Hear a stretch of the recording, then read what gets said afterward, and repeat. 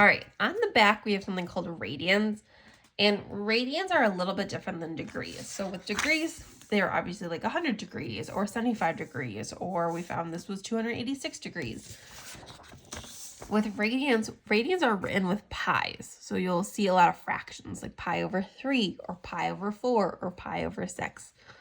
So it's just another way of expressing an angle in a different type of measurement. Like think about centimeters and inches. Things can be measured the same length, but using different units. So a radian is like a different unit other than an angle measurement, like a degree.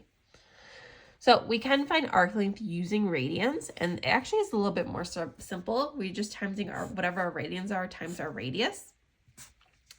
So for this one, example 3, it says a circle has a radius of 5 and an angle measure of pi over 3.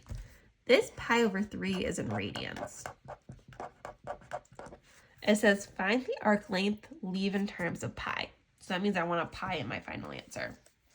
So for my arc length, it's just going to be my radians times my radius.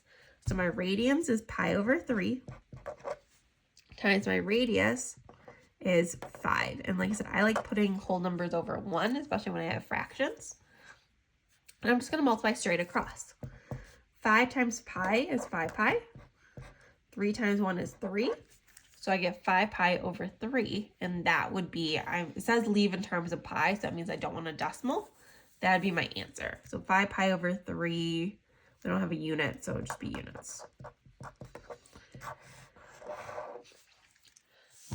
Next one, an angle formed with a measure of 3 pi over 2, so this is already in radians for us,